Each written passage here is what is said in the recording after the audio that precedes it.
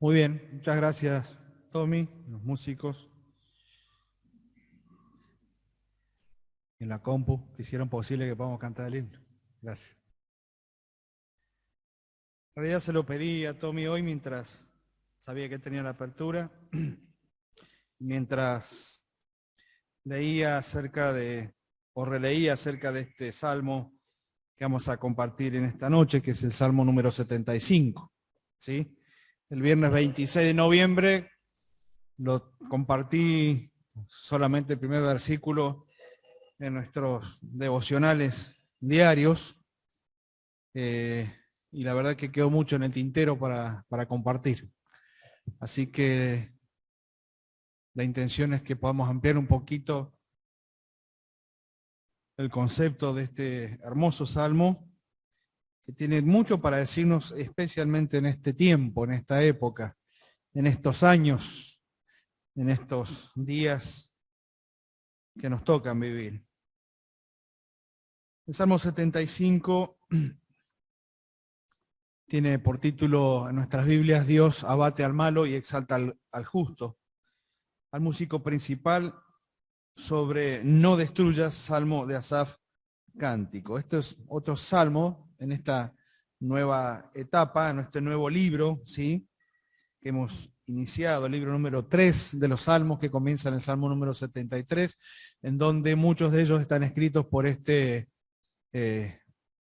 poeta, por este músico, por este director de coros, como lo fue, gracias Tommy, como lo fue precisamente Asaf. Y estamos justo en la mitad del libro de los Salmos. Sí, hemos llegado a la mitad de los libros de los Salmos. Ya hace un tiempo que comenzamos a compartirlo, y si bien se aceleró el repaso de todos ellos, gracias a la oportunidad de hacer los devocionales, pero de todas maneras, para quien le ha tocado compartirlos y prepararlos, ha sido una grata tarea, ¿sí? Nos queda la otra mitad, así que si Dios quiere, en enero continuaremos con esa nueva etapa. Este salmo número 75 también puede llevar como título Dios es el juez, porque resume perfectamente las palabras que vamos a leer a continuación en este salmo, que no es muy extenso, son apenas 10 versículos. Y en lo original tiene una expresión que es al-tachehet, que significa no destruyas, ¿sí? Esta es una expresión que encontramos precisamente en este salmo. Y al decir de algunos autores, la traducción literal de esta expresión no destruyas sería no toques a mi ungido.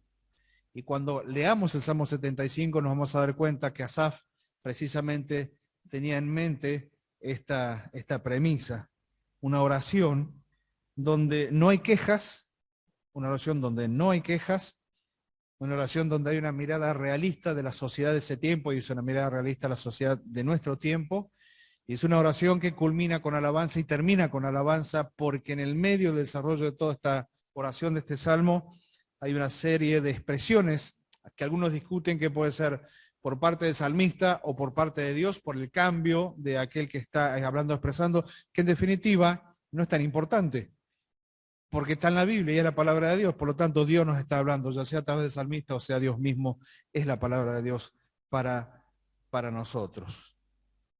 Vamos a leerlo rápidamente, ¿sí?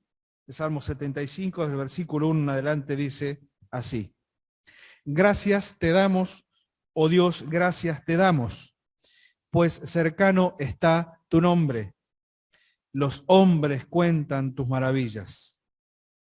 Al tiempo que señalaré, aquí es el cambio precisamente de expresión, ¿sí? Aquí muchos autores dicen que es Dios el que está marcando esto.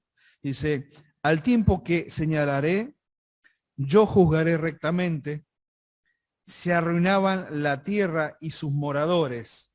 Y aquí, aunque no lo incluye, podríamos poner el pero, yo sostengo sus columnas. Dije a los insensatos, no os infatuéis, y a los impíos, no os enorgullezcáis, no hagáis alarde de vuestro poder, no habléis con cerviz erguida, porque ni de oriente, ni de occidente, ni del desierto viene el enaltecimiento. Mas Dios es el juez. A este humilla y a aquel enaltece. Porque el cáliz está en la mano de Jehová y el vino está fermentado, lleno de mistura, y él derrama del mismo. Hasta el fondo lo apurarán y lo beberán todos los impíos de la tierra. Pero yo siempre anunciaré y cantaré alabanzas al Dios de Jacob. Quebrantaré todo el poderío de los pecadores, pero el poder del justo será exaltado. Es un salmo maravilloso donde vemos una serie de contracantos, podríamos decir, entre el salmista, Dios mismo y otra vez el salmista, que nunca deja de tener en cuenta a Dios en cuanto a su alabanza. Posiblemente tenga un fondo histórico bien reconocible este salmo.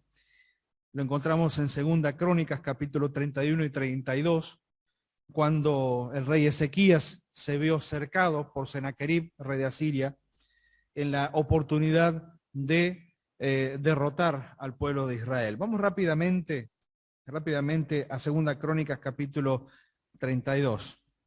También esto lo podemos encontrar en Isaías, capítulo 23, ¿sí? Pero vamos a 2 Crónicas, capítulo 32, y vamos a encontrar algo muy interesante. Cómo es la expresión de aquel que está a punto de atacar al pueblo de Dios, al pueblo de Israel, y consciente de su poder, consciente de su ejército, consciente de su mayoría, el número y de sus guerreros, dice algunas cosas en cuanto a Dios, ¿sí? Capítulo 32, versículo 20.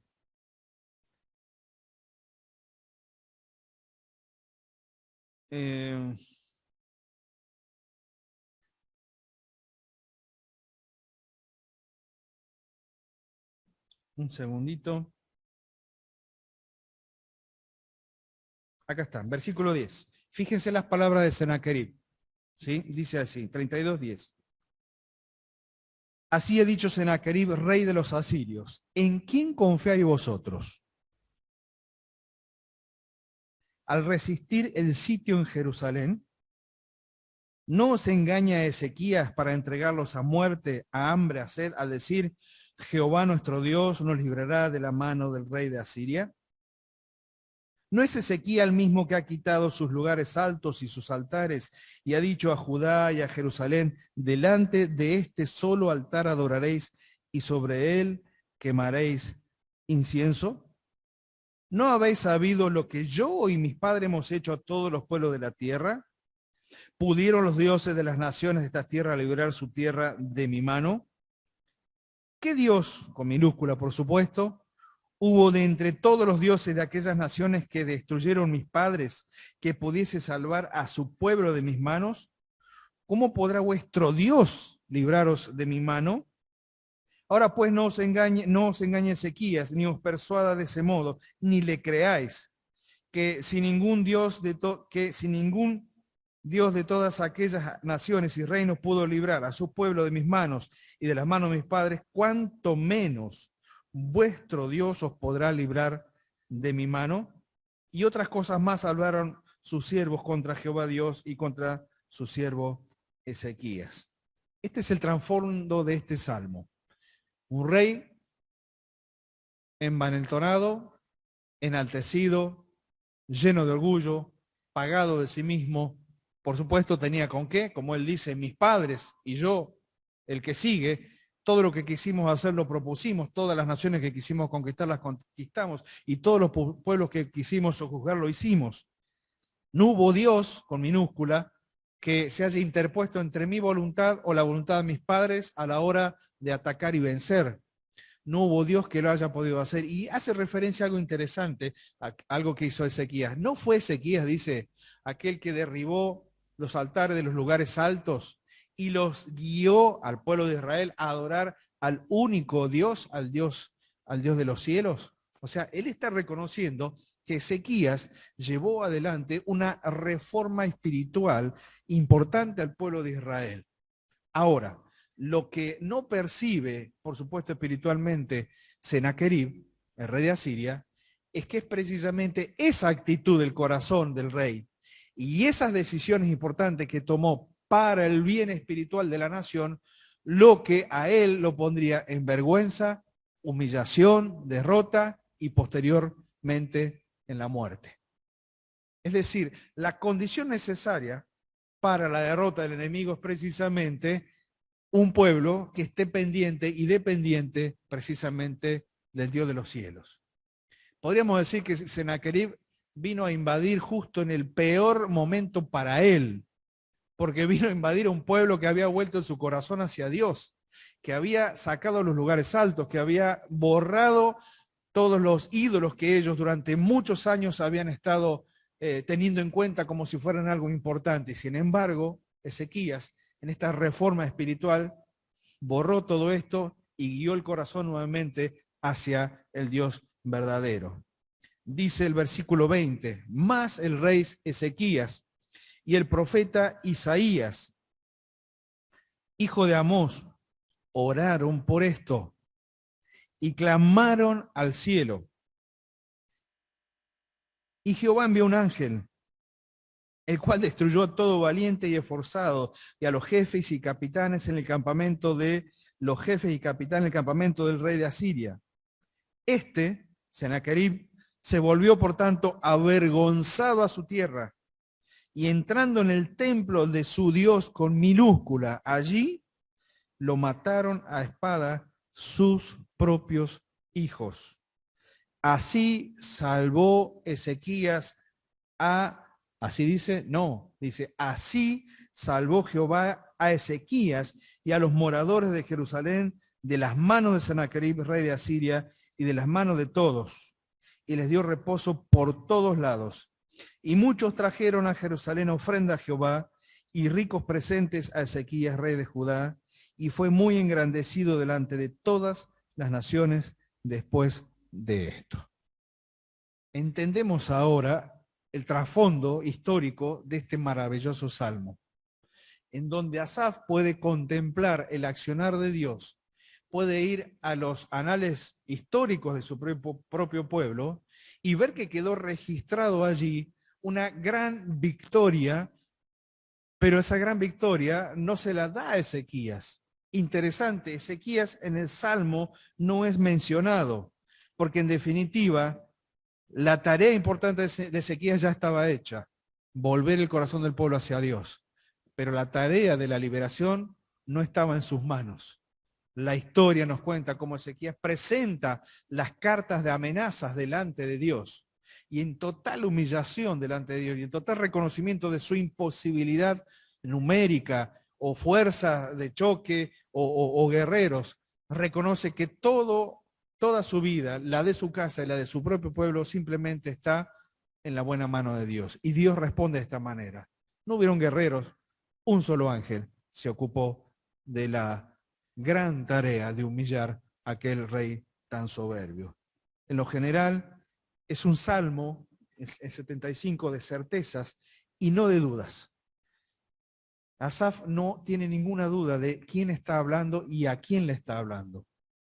Es un salmo en donde se van afirmando todos aquellos conceptos que el pueblo de Israel fue aprendiendo a lo largo de todos sus años de historia. Y entonces llega a este punto en donde Asaf puede mirar y decir realmente, no solamente Dios es un Dios que exalta al justo y abate al malo, sino que también es un Dios justo que en determinado momento y en su momento, en su tiempo, actúa en favor de su pueblo. No hay duda acerca de la bondad de Dios en este salmo. A lo largo de toda esta escritura se sostiene la soberanía y la justicia de Dios y da una revelación del gobierno divino aún en estos tiempos.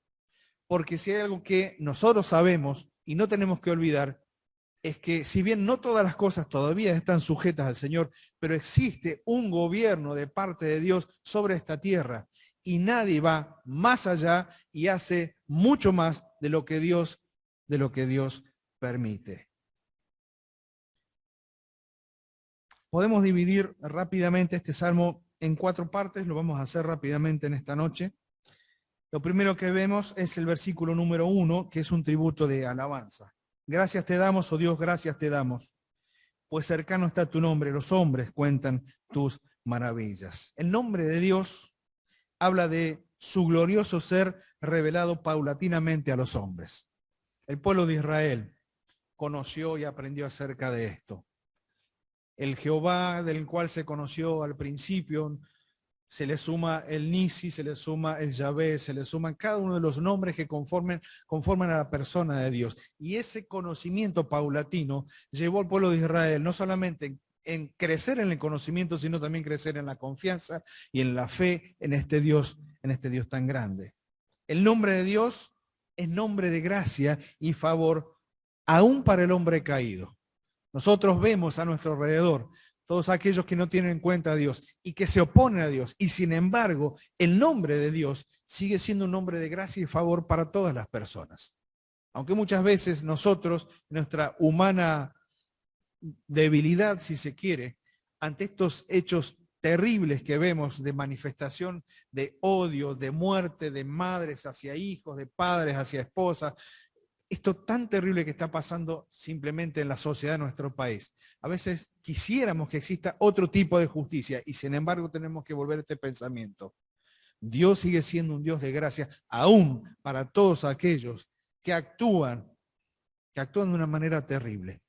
No lo puedo entender, pero si Dios me vio con gracia a mí, si Dios me vio a mí con misericordia, de la misma manera puede ver al peor de los hombres en esta tierra. Y en eso tengo que estar tranquilo. Como Dios me vio a mí, Dios mira a todas las personas. El nombre de Dios es nombre de gracia y favor para el hombre caído. Pero su nombre también habla de juicio. Isaías capítulo 26, se los leo rápidamente, hace un resumen perfecto de lo que significa el hombre que no teme a Dios, el hombre que es injusto. Isaías 26, versículo 9 y 10 dice así, con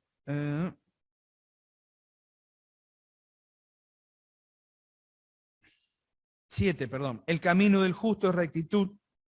Tú me eres recto, pesas el camino del justo. También en el camino de tus juicios, oh Jehová, te hemos esperado. Tu nombre y tu memoria son el deseo de nuestra alma. Versículo 10. Se mostrará piedad al malvado y no aprenderá justicia. En tierra de rectitud, este mismo malvado hará iniquidad y no mirará la majestad de Jehová. Jehová, tu mano está alzada, pero ellos no ven. Verán al fin y se avergonzarán los que envidian a tu pueblo, y a tu enemigo fuego los consumirá. Son palabras imprecatorias, es verdad, pero nos marca realmente la realidad que estamos viviendo en este tiempo. Aun cuando se pretenda sostener un sistema de justicia, por más que haya justicia, el hombre caído sigue todo, absolutamente todo lo contrario. Pero el nombre de Dios también nos habla de justicia y de juicio. Es triste cuando los hombres no entienden el lenguaje de la gracia. Es triste, lo vemos. Tantas personas que pasan de este mundo sin haber comprendido o querido comprender o querido creer en el lenguaje de la gracia de Dios manifestada para todos los hombres y mujeres de esta tierra. Para nosotros los hijos de Dios, el nombre de Dios, tal como hemos escuchado, aquel que está cercano a cada uno de nosotros, es motivo de gozo y también temor reverente. Porque saben, era algo que nunca antes habíamos experimentado, la experiencia de la comunión, la experiencia de la relación. Y a veces este estado nos abruma y podemos expresar, como tantos en la Escritura lo expresaron, ¿por qué me elegiste a mí? ¿Por qué soy motivo de tu gracia? ¿Por qué soy objeto de tu bondad y tu misericordia? ¿Por qué? Si no había nada bueno en mí, no había nada que pudieras rescatar, no había nada en mis hechos, mis pensamientos que pudieran agradarte de alguna manera. Y sin embargo, cuando vemos de la manera en que Dios llegó a nuestra vida y cómo nos salvó, posteriormente comprendemos. Se hace la luz en nuestra mente. El Espíritu Santo, la palabra, nos ayuda a entender que no es por lo que nosotros éramos, sino por lo que Él veía que podíamos ser nosotros, si nos arrepentíamos y nuestro corazón recibía de esta gracia que no merecíamos. Sin duda que la cercanía de Dios para algunos es motivo de miedo, pero para los hijos de Dios es motivo, y es de una forma y de otra, motivo de gozo, pero también motivo de temor, porque nos hemos acercado a este Dios tan grande, que aún siendo tan grande, quiso ser precisamente nuestro Padre. En Salmo 145, 18 dice en sus palabras lo siguiente. Salmo 45, 18 dice: cercano está Jehová a todos los que le invocan, a todos los que le invocan, y esta es la condición, pero de veras. Cercano está Jehová a todos los que le invocan de veras. Salmo 119, 151 dice lo siguiente: cercano estás tú, oh Jehová, y todos tus mandamientos son verdad. Cercano estás tú, oh Jehová. El salmista o los salmistas, los distintos salmistas que fueron expresando acerca de esta relación con Dios, disfrutaban realmente de la cercanía y daban testimonio de lo que significaba querer estar cerca de Dios, cercano y soberano, y un gran motivo para cantar y para alabar. Lo segundo que podemos decir es un anuncio de su propósito en los versículos 2 y versículo número 3. Leímos así ahí lo siguiente: al tiempo que señalare yo juzgaré rectamente. Aquí está la discusión si es el salmista o si es Dios el que cambia precisamente y se pone él a decir estas palabras. Pero en definitiva lo que está diciendo es que él es el que establece el tiempo de actuar a favor de su pueblo. Él lo establece. Miren, Ezequías hizo todo lo que tenía que hacer, absolutamente todo. Volvió el corazón del pueblo hacia Dios, eliminó todos los lugares altos, sacó todos los centros de adoración, los llevó nuevamente a la consideración de la ley de Dios. Cuando los enemigos rodearon, lo único que hizo él, consciente de su lugar, de su posición y de su incapacidad, fue poner esas cartas de amenazas delante de Dios. Se juntaron con Isaías, pavada de compañero de oración, ¿no? Se juntaron con Isaías y oraron y clamaron a Dios. Y Dios, en el tiempo en que él determinó, actuó. La pregunta es, ¿podría Dios haber actuado antes sin que Ezequías e Isaías oraran? Lo podría haber hecho. El pueblo estaba encaminado. Pero normalmente lo que Dios hace es llevar, sí, es una experiencia tan común a cada nosotros, llevar nuestras dificultades a ese punto donde tenemos que reconocer que no podemos, porque quizás ese sea el quiebre. Ese sea el quiebre necesario que Dios quiere ver en nuestra vida para que diga, bueno, ahora me vas a ver actuar, ahora me toca a mí, ahora vas a ver el poder que puedo desplegar. Y si bien no tenemos un ejército como el de Senaquerib en contra nuestra, pero sí sabemos y conocemos cuáles son nuestros enemigos de todos los días, de nuestros enemigos cotidianos. A veces nuestra poca falta de fe, a veces inclusive nuestra incredulidad. Pero Dios es el que establece el tiempo de su accionar. Nosotros no lo condicionamos. Nosotros no movemos su mano.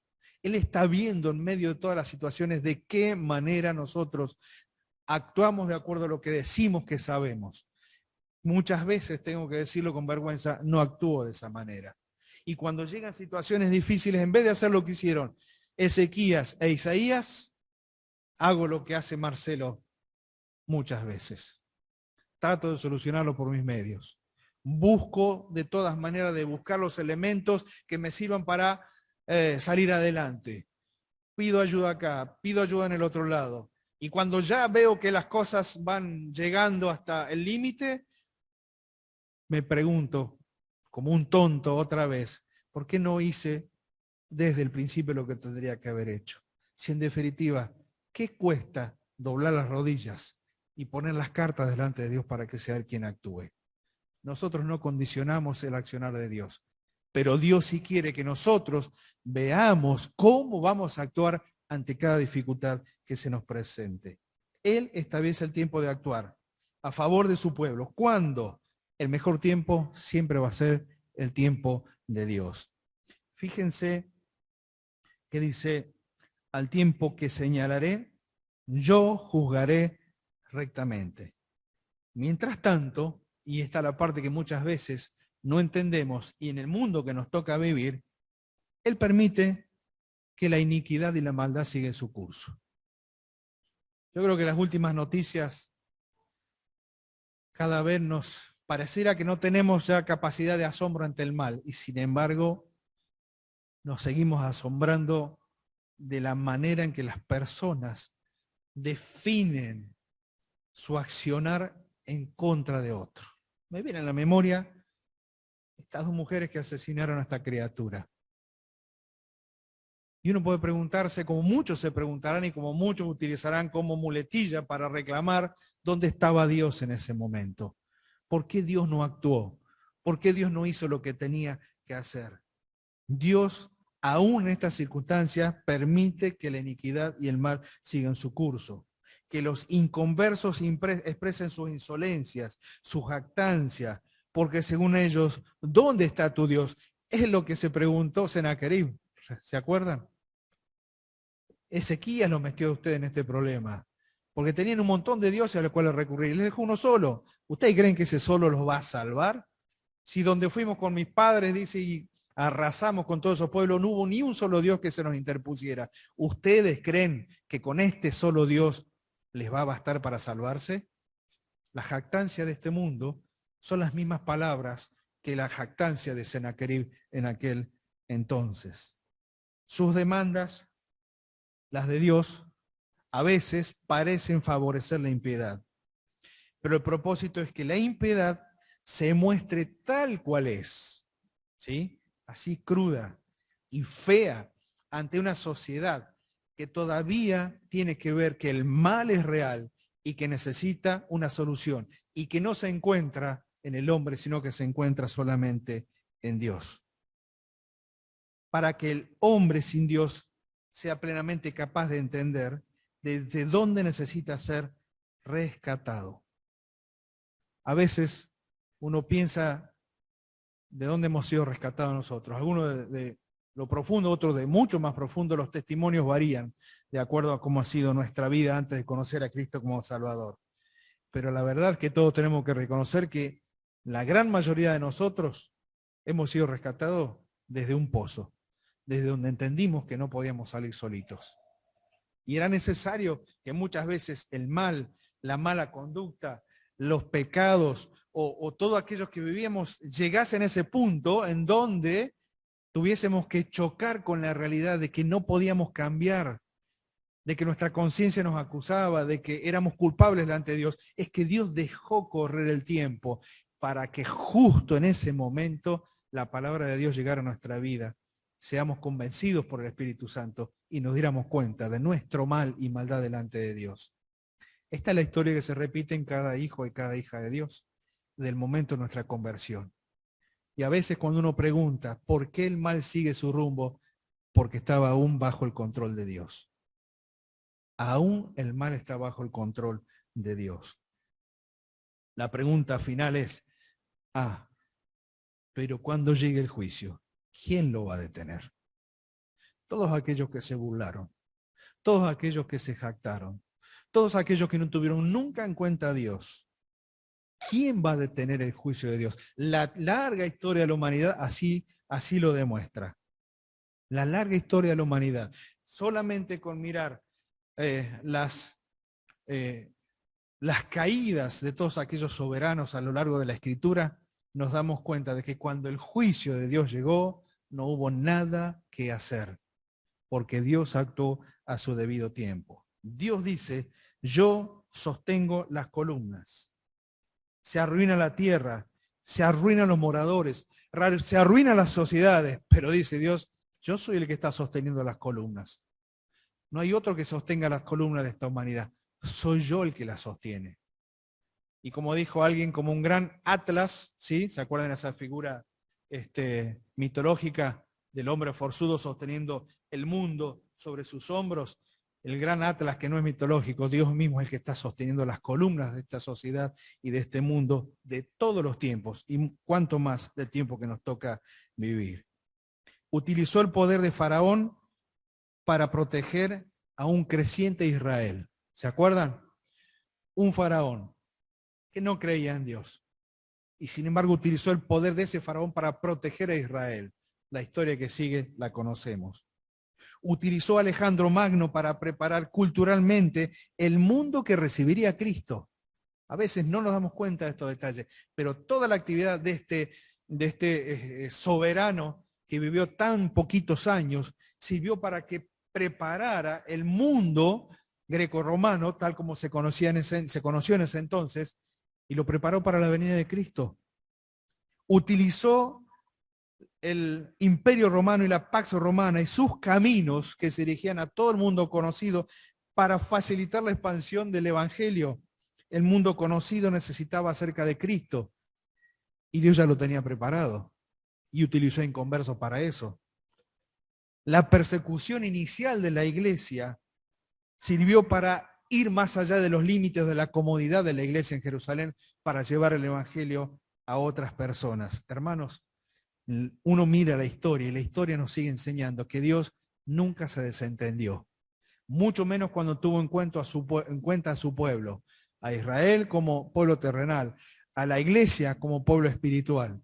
Y en ninguno de los dos casos se desentendió y utilizó a los mismos soberanos, a sus mismas acciones, a sus mismos logros para el bien de su propio pueblo, el de la tierra y el del cielo también. Fíjense que estos versículos terminan con un Selah, esa famosa pausa que hemos conocido y aprendido en el libro de los Salmos. Y la verdad que podríamos hacer una pequeña pausa mientras la visión de la soberanía de Dios en la historia pasa por delante de nuestros ojos para decir, Señor, la verdad es que las columnas las sostenés vos. No depende de mí, no depende de ningún gobernante. La historia está completamente en tus manos. En tercer lugar, una advertencia a los adversarios, versículos 4 al 8. Directa o indirectamente Dios habla. En el versículo 4 cambia el hablante, pero no importa, Dios es el que habla a través de su palabra.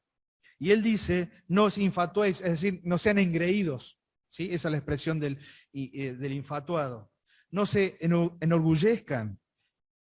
Orgulloso es el exceso de estima hacia uno mismo en desmedro de los demás. Entonces dice, no se enorgullezcan. Y hay una expresión que dice, no habléis con cerviz erguida. En el original dice, no levanten los cuernos, ¿sí? No levanten los cuernos. Es la idea de un animal, un ciervo poderoso, que consciente de su fuerza, consciente de su poder y de su cornamenta que impresiona a los otros animales, se levanta para decir, aquí estoy yo.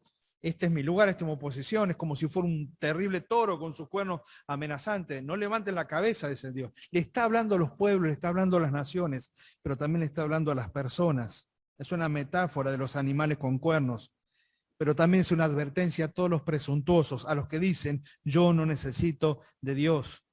Porque ni de oriente, ni de occidente, ni del desierto viene el enaltecimiento. Esto es una referencia geográfica de dónde venía el peligro por el pueblo de Israel. No era ni del este, ni del oeste, ni del desierto que estaba al sur. Y no menciona al norte, porque indirectamente le está diciendo, miren, alcen los ojos, ustedes pueden identificar al enemigo. Y sin embargo, y a pesar de todo eso, Dios es el juez. Miren, hermanos, estamos rodeados. Si hay un tiempo donde la iglesia estuvo rodeado, es este tiempo. Estamos rodeados. Leyes en contra, gobiernos en contra, ideologías en contra, falsos cristianos en contra. No somos un pequeño pueblo muy feliz, somos un pueblo importante, somos el pueblo de Dios aquí en la tierra. No somos poca cosa, no somos nada, aunque para el mundo seamos nada. No, a la consideración de Dios, aún a pesar de que estemos rodeados, Dios dice, levanten los ojos y sean capaces de vislumbrar cuáles son todos los flancos de donde pueden ser atacados. Dice, sean capaces de contemplar esto, porque de allí viene todo lo que se describe. Hoy, todo el mal que rodeaba a Israel, también podemos decir que nos rodea a nosotros. Porque de alguna forma, muchos Senaquerib se levantan continuamente en contra de Dios, en contra del pueblo de Dios. Qué interesante que todos aquellos que se levantaron, cada uno de aquellos imperios, Asiria, Babilonia, los persas, los griegos, los romanos, los imperios modernos, todos cayeron, todos cayeron. No hubo uno que quedase en pie. ¿Por qué? Porque las columnas las sostiene Dios. Mas Dios es el juez, a este humilla y a aquel enaltece. Y aquí es donde nosotros tenemos que estar tranquilos. No nos olvidemos de esa maravillosa escena, ¿sí? Ezequías e Isaías orando juntos, conscientes de su debilidad, pero conscientes de ese Dios que era capaz de librarlos. Esa es la escena inicial que nosotros tenemos que contemplar. Esa es la escena que le da sentido a todo este Salmo número 75, porque es la escena de dos hombres, dos amigos, un rey, un profeta, que tuvieron el mismo temor, pero que a la vez juntaron sus vidas para dirigirse a Dios y pedirle a Dios ayuda, y Dios respondió. ¿Qué de distinto fue nuestro tiempo de oración al tiempo de oración a ellos en esta noche? No hubo diferencia, porque nos separamos de dos en dos. Y quizás en un ratito compartimos nuestras cuitas, nuestras necesidades entre uno y otro. Y de la misma manera en que Ezequías e Isaías oraron juntos a Dios, lo hicimos en esta noche. ¿Pero por qué oramos? Porque ya sabemos que los miércoles de reunión unida de oración nos vamos a juntar a orar de esta manera, porque ya es la costumbre, porque es la forma, porque no queda otra y vaya a saber quién me va a tocar. No, si nosotros nos venimos con esta convicción que tuvo Asaf al escribir este salmo, de que Dios está al control de todas las cosas, con la fe y con el convencimiento de que Dios es el que está en control de todas las cosas, con la confianza de que cuando oramos Él nos va a escuchar, y donde haya dos o tres reunidos en su nombre, Él ha prometido estar en medio de ellos, en medio nuestro. Entonces tenemos que decir que no importa los imperios que puedan venir, no importa las fuerzas. Quizás no alcancemos a ver nosotros la caída de este mundo porque el Señor nos llevará antes. ¿Quién lo sabe? Pero lo que sí estamos seguros en que llega la hora en donde la copa se va a derramar. Miren, cuando dice en el versículo 8, el cáliz está en las manos de Jehová y el vino está fermentado, lleno de mistura, y él derrama del mismo, hasta el fondo lo apurarán. Dice que hay una escena grotesca, de alguien que abre su boca, no, de alguien que es agarrado del cuello, le abren la boca y le meten el cáliz hasta el fondo, aunque no lo quiera beber. Dice, esa es la figura de lo que Dios va a hacer con todos aquellos que se siguen oponiendo a él. Miren, a lo largo de la Escritura, el cáliz ha sido una figura de aquello que se va a volcar, que se volcó en diferentes etapas de la humanidad, Dios actuando con su ira justa en contra de la maldad del hombre. Isaías 51:17 habla del cáliz de ira. Ezequiel 23:33 habla de cáliz de soledad y desolación. Zacarías 12:2 habla de cáliz que hará temblar. Apocalipsis 14:9 al 11 es una advertencia a esa copa que ha de venir. Y el Apocalipsis 16:19 dice, cáliz de ardor de su ira. Es decir, existe una copa que todavía se tiene que derramar. Y esa copa está en las manos de aquel que también sostiene las columnas de este mundo y de esta sociedad. Qué terrible será no ser de Cristo en ese día. Qué terrible, qué terrible. Qué tremendo será para la humanidad reconocer las oportunidades desperdiciadas y saber que ya no existe oportunidad porque Dios justamente actuará como lo hizo tantas veces en la historia, pero esta vez de una manera definitiva. Aquí aún, queridos hermanos, podemos seguir bebiendo de la copa de la salvación. Salmo 116:13 habla de esto. Beberé la copa de tu salvación, dice el salmista. Él sabe que para él no hay una copa de ira. Nosotros sabemos que para nosotros no hay una copa de ira. Que continuamente estamos bebiendo de esta copa de la salvación que Dios nos ha provisto. Pero lo que sí tenemos que reconocer que bebemos de esta copa de la salvación porque hubo alguien que bebió la copa del sufrimiento por cada uno de nosotros. Señor, Padre, si es posible, pasa de mí esta copa, pero no sea como yo quiero, sino como tú deseas. Hoy bebemos de la copa de salvación, porque el Señor bebió de la copa del sufrimiento por cada uno de nosotros. Y finalmente, la última división de este salmo, el versículo 9 y 10, termina como empezó, termina con alabanza.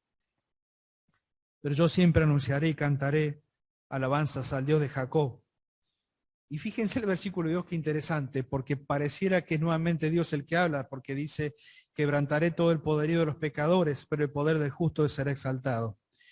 Y la gran mayoría de los comentaristas de estos últimos dos versículos dicen que no es Dios el que está hablando.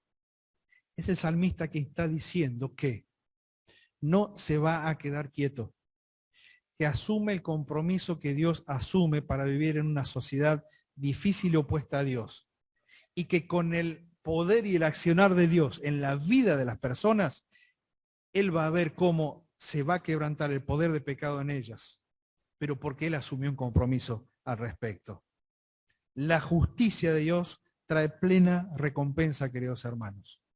Por esa razón, cuando dice quebrantaré el poderío de los pecadores, está diciendo que la iglesia todavía tiene este trabajo y esta tarea de ir, si es posible, hasta las puertas del Hades para quebrantar el poderío de los pecadores. ¿De qué forma? Con el poder del Evangelio. Esa es el arma, esa es la herramienta, ese es el argumento, ese es el mensaje que nosotros tenemos para compartir con aquellos que aún en este día siguen endureciéndose en contra de Dios. Como diciendo, conociendo estas cosas, es que tengo que anunciarles que por más que sean duros en su corazón, Dios todavía tiene paciencia, Dios los ama, tiene misericordia, pero por sobre todas las cosas es justo. Y si no hay arrepentimiento, posteriormente habrá justo juicio, habrá justicia por parte de Él. La justicia trae plena recompensa. ¿Se acuerdan aquellos siervos que tenían que hacer valer aquellos que su amo les había dado? ¿Cuál era la expresión que le dijo al primero, que le dijo al segundo? Buen siervo y fiel. Sobre poco has sido fiel, sobre mucho te pondré. Esa es la exaltación que se menciona precisamente en el título del Salmo 75. Dios abate al malo y exalta al justo. Esa es la exaltación. La única que podemos esperar, la que proviene directamente de Dios. El único que puede medir motivaciones, esfuerzo, trabajo, dedicación de cada uno de nosotros, sin compararnos entre nosotros, sabiendo que todos servimos al mismo Dios en esta tarea de llevarle a este mundo a que conozca a este Dios justo. La justicia trae plena recompensa. Y creo, queridos hermanos, que llegado el momento en donde estemos de pie ante el tribunal de Cristo para recibir aquello que nos corresponda por lo que hicimos mientras estuvimos en este cuerpo, para la gloria de Dios, para el servicio para Él, si hay algo que va a quedar bien claro, es que Dios no es injusto para olvidar y que Él siempre habrá de tener en cuenta aún la mínima actitud de corazón de agradarle a Él y servir a otros. Y cuánto más si servir significa contarles acerca de este Dios para que muchos se salven. Cantamos este último himno, el número 210 en esta noche, y la verdad que lo podría haber cantado tranquilamente Ezequías e Isaías el día que oraron. Que lo sabe todo el Padre, es mi certitud, y que en gracia Él por mi vela con solicitud. Que el Señor les bendiga, queridos hermanos. Gracias.